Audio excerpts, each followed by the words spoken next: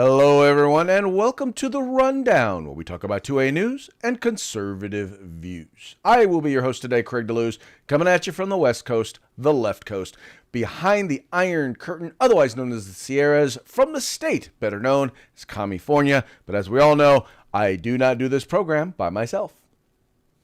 Nope, my name is Mike Piroworski. I am your co-host from the East Coast. It's the coast with the most, with the co-host with the most here on The Rundown. 2A news, conservative views, and Craig, how's your day been so far? It has been good because guess what, Mike?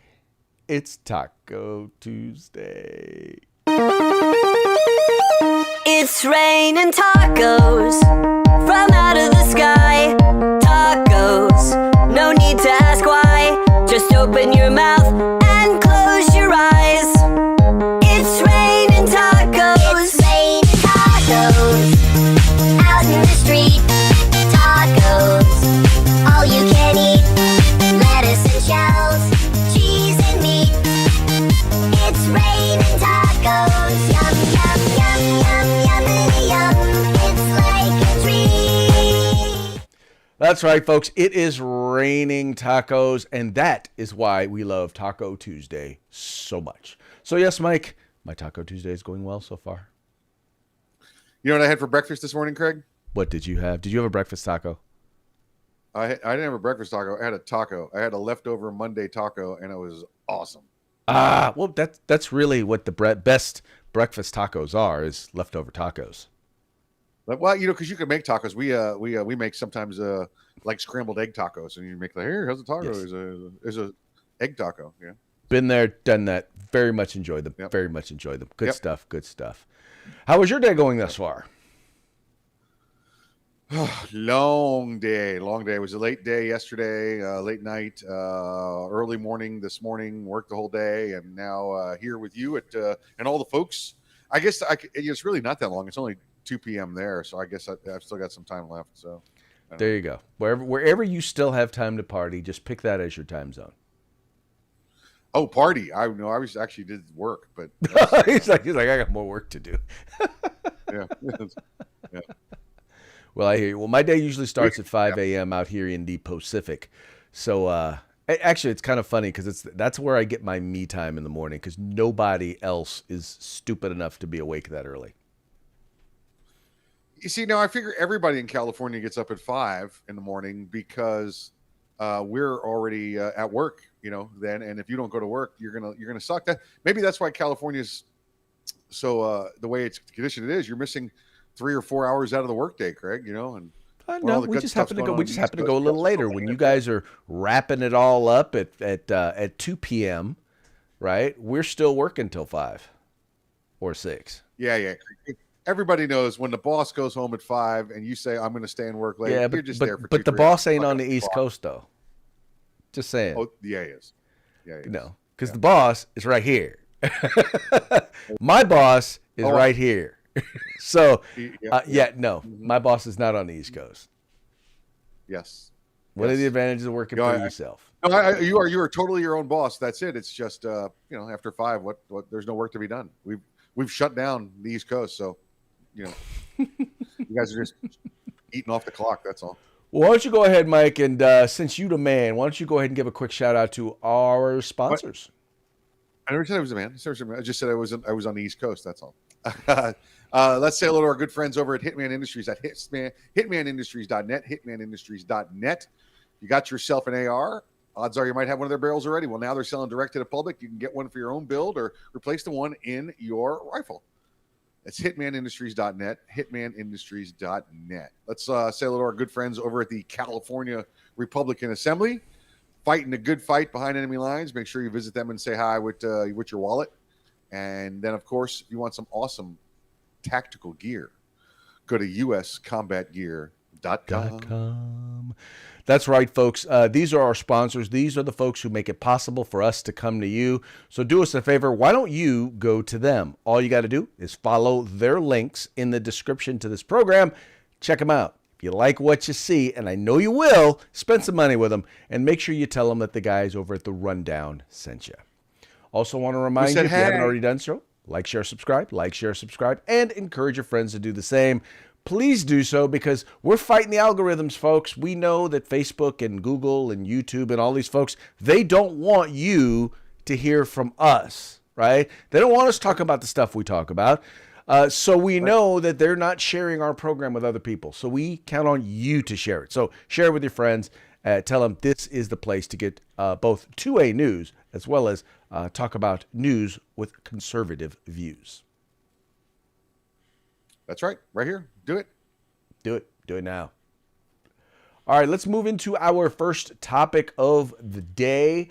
A victory of sorts for free speech has occurred. Texas had passed a law that basically said it was HB 20? Yes, HB 20.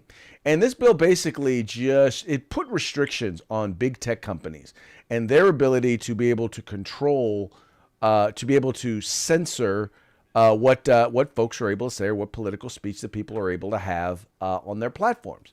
And needless to say, they wound up going to court over it. And a court there in Texas has ruled, a federal court, by the way, has ruled that no, big tech does not have a freewheeling First Amendment right to censor. Now, the important thing about this is a big win, because this is basically saying no, especially when it comes to political speech, you don't get to just decide what you are going to allow and what you aren't going to allow and just call it free speech. But now what they did note in this article is that another circuit in Florida actually ruled the opposite way regarding a law in Florida. Now, I don't know if the law in Florida was different than this particular one, but in essence, what may wind up happening now is there's a greater likelihood that we're going to see this go to the Supreme Court, since two different circuits on this basic topic have ruled in opposite directions. Yeah, the one in Florida was very similar to the one in Texas. Really not much difference to it. The big difference was liberal judge in Florida got a hold of it and said, no, can't do this. So great. It's good news that we have competing circuits now, which makes it eligible for a review by the Supreme Court. And it's funny because it's folks on the left seem to think that is a good thing for them. I'm like, do you not know the makeup of the Supreme Court? And once again, I believe when it comes down to it, I believe that they will judge according to the Constitution. But I think we need to be very, very careful about these corporatists. In essence, what has happened, and we're finding more and more, and I'm hoping it comes out in these lawsuits, in some of these arguments, that you in essence have big tech coordinating with government, and they're literally doing the bidding of the Biden administration. Is what's happening. Is the Biden administration is coming to them and saying, don't allow this speech, and then they are thus not allowing that speech. That is censorship, no matter how you look at it. Even though they are a private company, when you start colluding with government to censor speech, it is government infringement on the First Amendment right. Yeah, listen, and again, I've said this before, and I don't buy the whole, we're a private company, we can do what we want. Okay, the New York Times is a private company. Are they allowed to censor, First Amendment speech? No, they still have to be truthful. They're subject to libel. They're subject to slander, the same way anybody else is. And you can't go out and do like what the Meta people, the Facebook, the Twitter, and what they're doing. I mean, Craig, without the government's involvement in it, you could look at them and go, wow, there's a whole lot of one-sidedness going on here. Let's see, where's the counterpoint? No. Oh, it's false information. It says the counterpoint is false information has been covered up. It's a load of crap. This has become, the virtual town square. You cannot censor that. Hold on.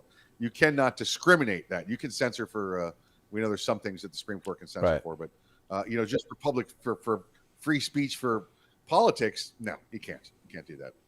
And once again, we know that is what's happening. There's more documents from various lawsuits that are revealing that this is in fact the case, as whistleblowers are coming out from all of the companies. There's whistleblowers from Twitter, from Facebook, from Google, who are all admitting that the algorithms are in fact biased against conservative or liberty-minded content. Yep, very true. Yeah, they are going to be held accountable. Speaking of being held accountable, Mike, it was funny when I first got a chance to see or hear Newsom come out and comment about what Ron DeSantis is doing and what other border states are doing when it comes to immigration and basically busing or sending immigrants to other places, right? Because I knew about this program and I kept trying to find some info on it, and I'm glad somebody finally reported on it. But Newsom, when he was mayor of San Francisco, he took a pretty big beating from some homeless advocates there in San Francisco because he was busing homeless people. He bused thousands of homeless people from the city of San Francisco to other places in the state. So in other words, in order to get homeless people out of San Francisco, he was sending them to other states, but he wasn't doing it as a political statement. He just wanted them out of San Francisco. It seems like a bit of hypocrisy when you use words like it is heartless and it is cruel, and yet you did the exact same thing. And by the way, you didn't do it to people who entered the country illegally. You did it to people who were legally residing in your city. Yeah. Listen, this guy's a hypocrite. We know that. And again, it doesn't matter what he's done. It doesn't matter what he said. It's all about in the moment now. For how do I say bad things about Republicans? How do I say bad things about conservatives? Because again, as we said yesterday, the entire platform for the liberal elite, the liberal party, it's been this way for a couple of years now, is not to have their own policies. It's to point across and go, that guy's wrong. That guy's mean. Look at DeSantis. He did things wrong. And here it is, proof that Newsom did it himself. But when he did it, Craig, it was okay. It was okay because, it was for the children. Well, Mike, what's hilarious about it is, here's what's funny. So, actually now there's actually a Democrat sheriff in Texas who is now investigating DeSantis for sending immigrants to Martha's Vineyard. Now check this out, Mike. So in other words, they put him on a plane in Texas, sent them to Florida, and now he's trying to investigate DeSantis for doing something in Florida. For doing, by the way, the exact same thing that he did, that the federal government did in sending them to Florida. How idiotic is that? Well, listen, once again, it's a Democrat, right? They have no problem wasting the money they have, the constituents' money, the taxpayers' money. It's their money to do what they want. You have to give it to them. They're going to spend it however they want to. Well, and their goal, quite frankly, both the sheriff and Gavin Newsom, is this. They want to get in the news. And that's it. All Gavin Newsom cares about is getting in the news. He doesn't care if the policy he implements or he wants to institute actually works. He wants to know, is this going to get me in the press? Is this going to get me in the press? Yeah. This is the reason why he's going after DeSantis is because he's trying to look like he's doing something. Right now, DeSantis is in the conversation when it comes to President of the United States, and nobody is talking about Gavin Newsom except to talk about what a bonehead he is. That's true. They are talking about Gavin Newsom when it comes to the fact that we have the highest percentage of homeless people in the entire country.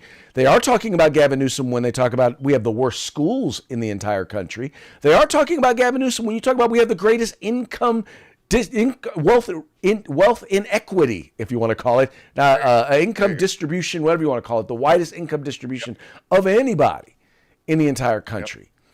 And also they're talking about him because businesses are leaving the state in droves.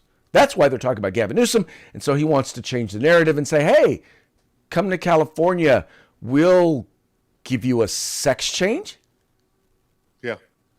Come to California. We got more room now. Everybody's leaving. I'm just, I keep wondering when California voters, if ever, are going to wake up. I'm ceasing to believe. I'm believing now more and more that until the lights are like off for like a week, then people will wake up and be like, maybe this whole idea of having Democrats run things is a bad idea. It's like I think you're right. Once the lights go off, or Craig, when the checks stop showing up in the mail, because California is the biggest state for buying votes. Everybody gets a check. Everybody gets a check. Everybody, well, shit, I didn't get a check. Well, that's because you got the wrong letter next to your name. So, Well, there you go. I work. I actually work is the problem. that's right. You better keep working, Craig, because those people in your state need your money. Yes, they do. All right, moving right along, Mike. You heard about the axe attacker in the guy who in New York decided he got into a fight with some folks and decided to pull out an axe. Well, he was released without bail in New York City. Now, I found this to be a little hinky, right? I'm like, wait a minute. Okay, how did this dude get released without bail? And, you got to figure, okay, did this guy just randomly walk into the store and start attacking people with an axe? And it turns out he didn't.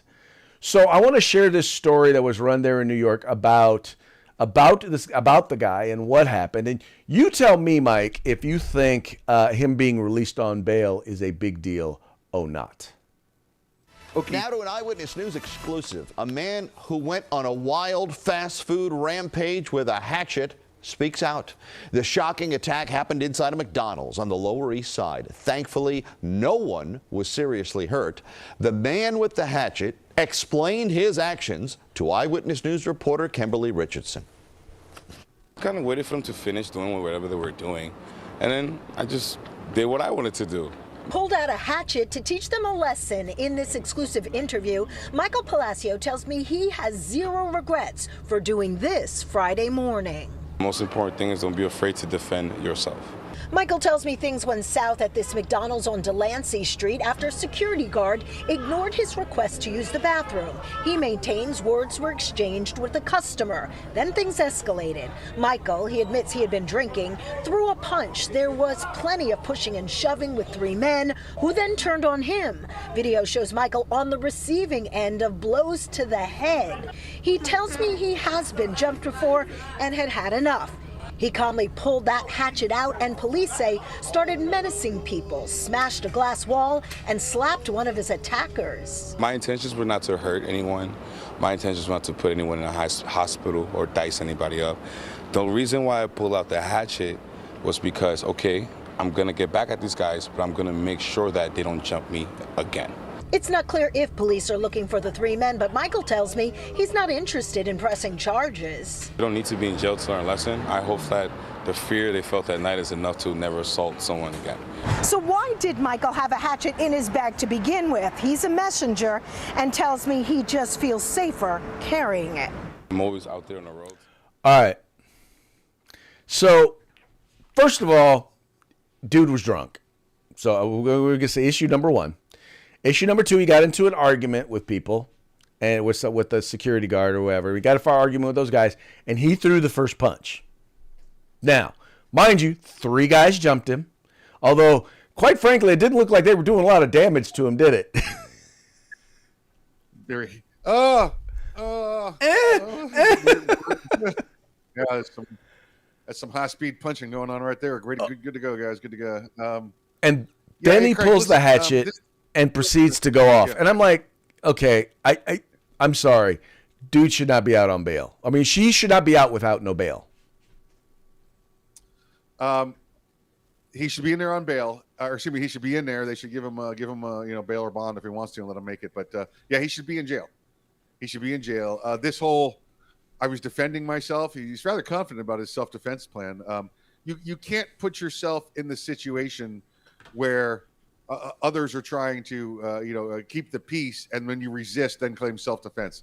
You were drunk, Craig. You said that. He was. They asked him to leave. He was trespassing at that point, and then he struck first, and the others, with their weak cartoon style punches, tried to hold him, and it didn't work. You are the suspect. You are the criminal. You've committed the criminal act because they've hit you. You know what? They were hitting you back after you hit them. That's what you do when somebody hits you. You hit them back. You could try to make them stop hitting you. Now, those were not law enforcement officers. One of them, I think, was the security guard, if I recall correctly. Saw the video right. So he had all the right in the world to be hitting you after you hit him. All right, that's his job. You should be in jail, you hatchet wielding idiot. I will at least say this. At least because at least there is some context, and the dude was not just a crazy hatchet man. There's he was a drunk. Okay. Yeah. He was in a fight and he was losing. Well, I don't know if saying he was losing is accurate, because like I said, they looked like they were. Yep. They didn't look like they were doing much to him. He was just kind of sitting there like. They did not. Yeah. Yep. Okay. Yeah. I get to the point where he pulled it. Now, once he started swinging it and started breaking things and started menacing people with it, I would have taken it out and said, "Look, y'all need to stop." Yeah. Yep. Right. But at that point, now you know what you've done. Now you're an armed trespasser, because they've already told you to leave and you've already started a fight. Now you've gone into the felony realm. Well, the other thing is, they actually, now that I think about it, they actually had stopped. That's how he had time to get to his his bag. What it was he was angry because they were beating him. That's it. You know what they call it when you stop and there's no more threat and then you arm yourself? You know what they call that? What? Premeditation.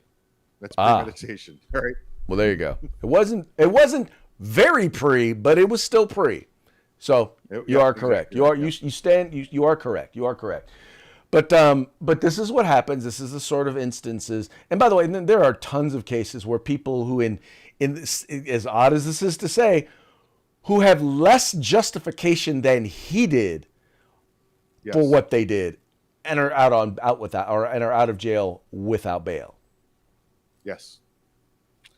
Absolutely. Well, if nothing else, you know what? At least we know New York is New York.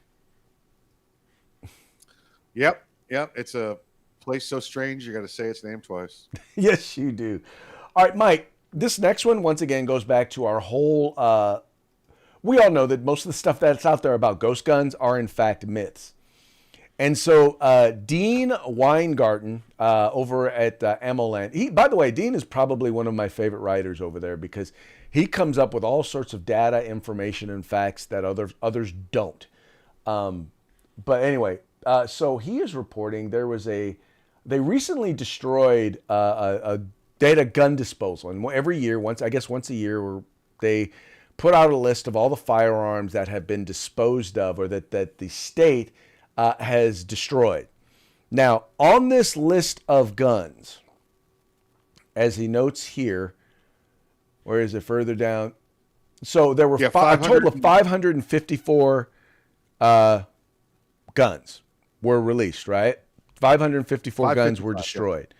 33 of those guns were did not have serial numbers. Serial numbers were either removed, or they were manufactured before serial numbers were required, or it was a home-built firearm. So, of the 554 guns that were destroyed, Mike, how many of them do you believe were ghost guns? Well, I see, Craig. I read the story, so it's kind of cheating. But there was 555, and one of them, Craig, was a ghost gun, which left the other 554. Stand corrected. Thank you. Yeah, the state of Michigan. In Michigan, if your gun gets seized or it's found or anything like that, all the agencies in there have to send them to the state police, and then the state police posts a list of them every month, and the owners have 30 days to prove they're theirs if they want them back. So this is where they're getting that information from. So this last month ago, 2 months ago, I forget when it was, 555. Like Craig said, they listed 33 as ghost guns until you did a little research and realized 26 of them were made prior to 1968, which means no serial number was required, and you saw that mostly on long guns. And then there was the other 6 of them that had serial numbers removed, and then actual one of the ghost gun polymer kits. Now, what's also interesting about this whole thing, Mike, is of those guns destroyed, they did not attempt to find any of the guns. All they did was they just posted a list up there, which, by the way, just goes to show the whole gun tracing thing doesn't work. right? The whole idea of if we Again, have a listen- serial number, we can find the original owner. They're not interested They in don't finding care. the original owner. They don't care. Interested in destroying your guns. You're exactly right, Craig. It's just further proof that it's a sham. It's a sham. Yep. Yeah, and so once again, I just find it incredibly interesting that they say they're not interested in gun confiscation. They say they want to people to be able to have a right to keep and bear arms. They say they want to put serial numbers on there so that they can identify the original owners of firearms, in particular crime guns. And yet and still, they do absolutely nothing to try and find the original owners of those crime guns. Because as we know, over 90% of guns used in crimes are not in the possession of their actual registered, licensed, however, the person who last purchased it legally, put it that way. Yeah, don't care. It's all about when they want to destroy your guns and the information they want to keep about you. They don't care. They're not doing any other research. Forget that. Exactamundo. That is the point exactly. Yep. Well, we're going to go ahead and move into our parting shots now. Once again, the Martha's Vineyard story continues to be the gift that keeps on giving. We'll start with this one right here. Martha's Vineyard resident calls to report a Hispanic in the neighborhood not operating a leaf blower. You gotta love the Babylon Bee. There's this guy. He's outside. He's the guy. He's outside. Yep. Yep. You have got to love the Babylon Bee. They are the best. And then finally, it's got Forrest Gump here saying, and just like that, sanctuary cities don't want to be sanctuary cities no more. That's it. You don't need a box of chocolates to figure that one out. Well, it's funny because, like, once again, you look at places like New York and Washington, D.C., who've declared states of emergency. By the way, you know what they're doing in New York now? They're talking about putting them on a cruise ship. They're actually putting together a plan to basically remove the illegal immigrants who've been sent there, to remove them from New York City, the sanctuary city. And once you put them on a cruise ship, Craig, they can't get back off because they don't have documentation to come through the port. Well, there you go. But anyway, so the point is that all these places that are talking about how accepting we need to be of those who've crossed our borders illegally are not being very accepting of those who have crossed our borders illegally. Nope. Listen, Chicago sent them out of town. D.C. called the National Guard on them. New York's putting them on a cruise ship. And in Martha's Vineyard, they sent them to the military base. Load them up. Get them out of here. Call the National Guard. Was it 300 National Guardsmen for 50 immigrants? Yep. And by the way, they are the tolerant party. They are the ones who are accepting of people of different cultures who have entered our country through our southern border without documentation. That's right. That's it. Funny how that works. Very much. Yep. All right, Michael, it's about that time. Why don't we go ahead and give a quick, once again, shout out to our sponsors. Let's do it. Don't forget to visit our friends over at Hitman Industries, hitmanindustries.net, hitmanindustries.net. Get yourself all your barrel needs taken care of. California Republican Assembly. Reach out to them. They're fighting a good fight out there in California land. And then, of course, if you need some awesome tactical gear, go to uscombatgear.com. Folks, once again, please make sure, visit our sponsors, let them know that we sent you, and make sure that you like, share, and subscribe. Tell your friends about us. You know, that first story that we did today, that's because they're censoring us. They're censoring us. They're censoring folks who talk like us, who think like us. I know they're censoring you because I know at least half of y'all have been in Facebook jail more than once. So do us a favor. Let your friends know about the rundown. Tell them to subscribe. Tell them to like it. And tell them to share it as well. With that, we're going to call it a day, and we will be back tomorrow on Hump Day.